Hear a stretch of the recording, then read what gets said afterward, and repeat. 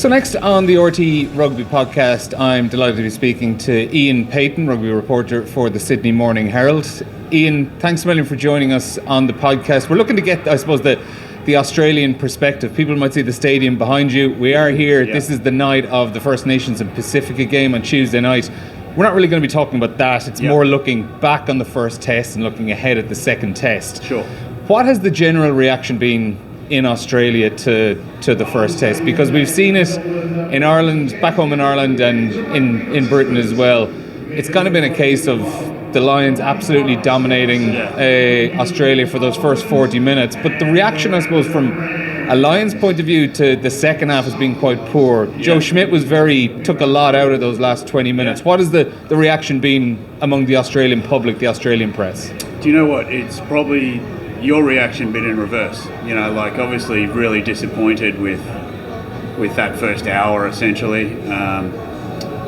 Lions, as you know, it's been raked over ad nauseum at this point, but Lions were utterly dominant in that period. The game felt like it was over as a contest. But Australia, you know, they had good impact from the bench, which was uncommon on this tour. We've seen the Lions bench really be decisive in most of the games so far, but the Wallabies bench had the better of it. And they just kept going. They started to get a little bit more dominance in the contact and roll forward, which they hadn't had for an hour, and scored a couple of tries late. The result was never in doubt, but to answer your question, I think it's given people a little bit of, you know, hope. I wouldn't say confidence, but hope that they aren't as far off as the Wallabies aren't as far off as what that first hour had indicated. You know, that's all tied up with, you know, the hope that there'll be some guys coming back into the team, which I'm sure we'll discuss later, that can make this contest a bit better.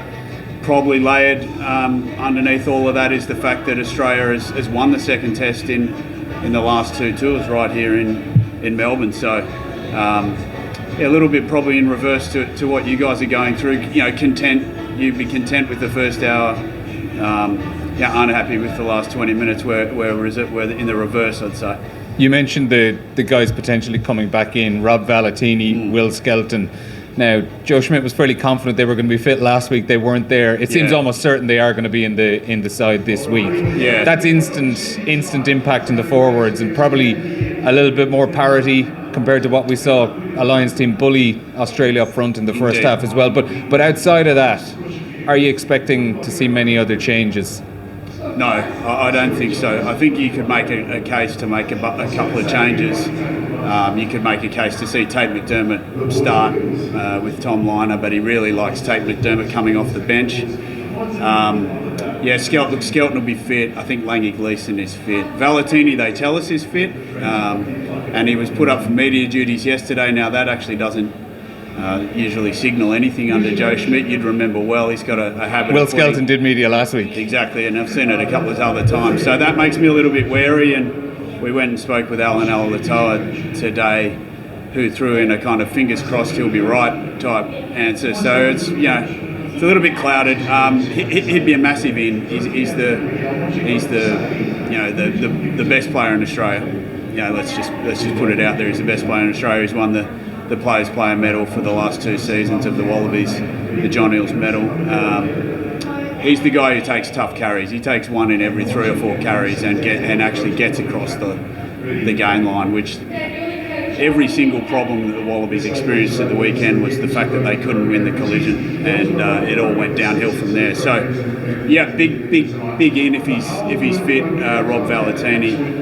Will Skelton, I don't think would start. He'd come off the bench, so he'd give late game impact. And then, I think you know, you guys know Joe very well. He's the type that will pick and stick. He won't throw the baby out with the bathwater after one defeat. So I think we'll see a pretty similar team, other than those injured guys coming in.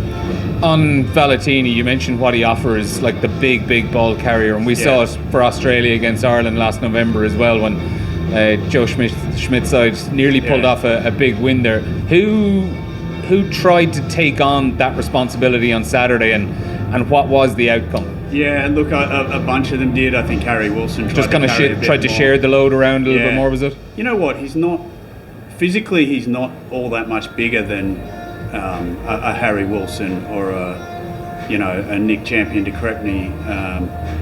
But we've got a saying, I don't know if you guys have it, he's a member of the Concrete 15, like he's just built, he's like Marika Korobiti, like there's guys that are just, and they talk about, when you hit them, it feels like you're tackling concrete, and he's one of them, like he's just got an uncanny ability to have power in contact.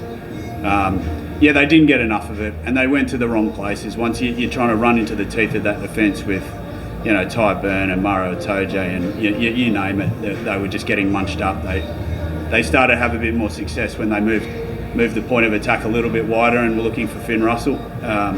And I think they'll take all the lessons out of that, but both teams will study up on what worked and what didn't and change accordingly. But look, if he's not there, Lynagh Gleeson I think will come back in. He's also a pretty powerful ball runner, another Fijian kind of heritage there. He's a big strong boy, did really well for the Waratahs this year. So I'd imagine that if Valetini doesn't play, like that Lynagh Gleeson would probably come into that role. And then I suppose the next challenge is getting Joseph Akusa-Suaalii into the game more, getting him onto the ball in space and not having him kind of having to just simply get over the gain line, but getting someone to get over the gain line for him so that he can get the space. How do they go about doing that? They've decided to play him in the centres, which we saw do really well on the spring tour, particularly in that England game. They need to build shapes around that get him more time on the ball, away from the rush defence. Like at the moment, on the weekend he was just running into traffic all night.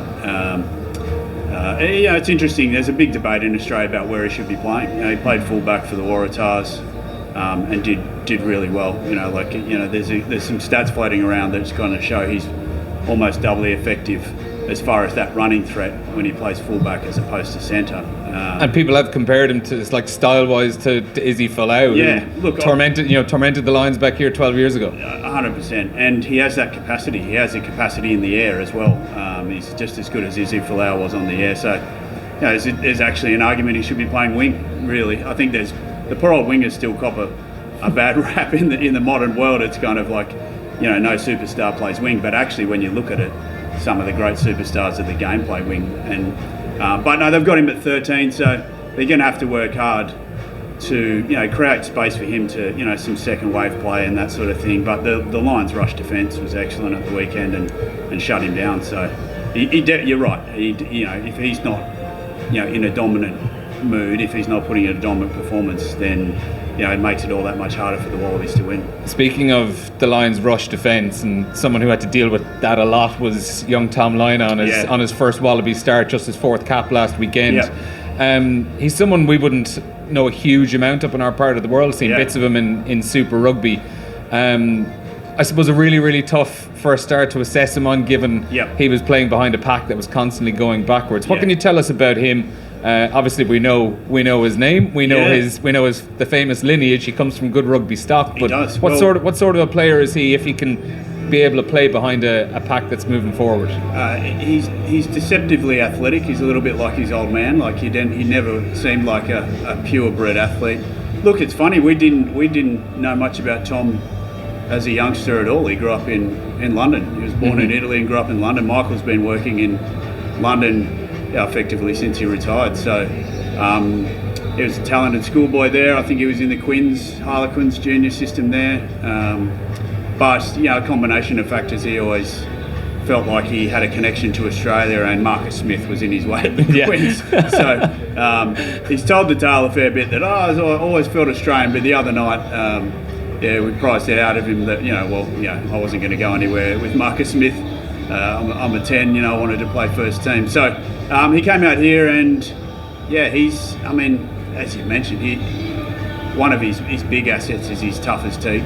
He got bashed up the other night, and that's not the first time. Like, he weighs 81 kilograms, which is, there's only one player lighter than him in the Wallaby squad, and that's Nick White, the pint-sized Nick White. So the funny part about him is he looks like a guy on the street. He doesn't look like a professional athlete, but he's got fantastic skills, a great kicking game. So that's a big part of what they like about him. He's just got a natural kicking game, good off the tee, good in open play. And it's he's one of those athletes that maybe gets underestimated, consistently underestimated, and then sometimes those people can kind of slide through gaps that they shouldn't be no one thinks that they should be allowed to, You mentioned, kind of ironic, you mentioned Tom Lynagh getting in with the Wallabies kind of because he fell through the cracks in England. Yeah. Obviously, we have players in this Lions squad, Mac Hansen, Finlay Bealham from Ireland, Sione Tuipulotu, guys who fell through the cracks of the system in Australia and are now at the highest level of rugby. How much introspection has been done over here as to how some of these guys have fallen through the cracks? It's always hugely embarrassing for the national union when someone. I mean, it's not uncommon that people who can't get a gig do go and take advantage of overseas offers. What's less common is that they kill it, and that's when that's the sting in the tail. Particularly for Mac, Finlay Bealham went straight over after it's probably school, it's probably a different example. He went over the age of 18. And Sione Tuipulotu was a very, very talented junior. It's hard to know because at the time they're kind of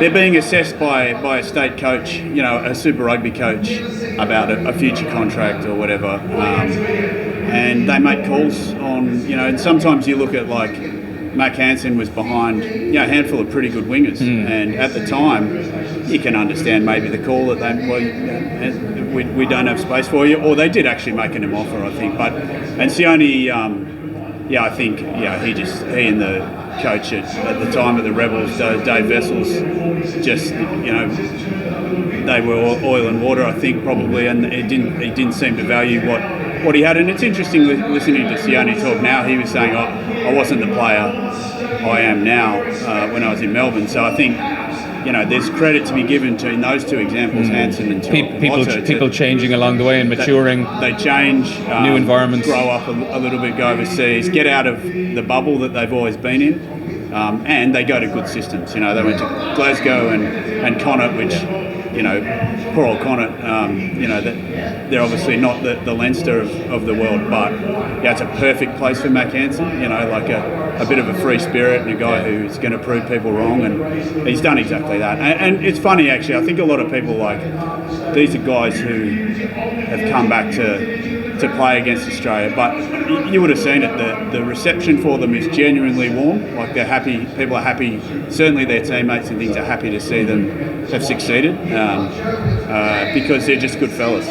Just a couple more questions before I leave you go. The first is on where rugby union is in the Australian sporting landscape at the moment. We were up in Brisbane last week, Thursday evening, huge game in the NRL at Suncorp.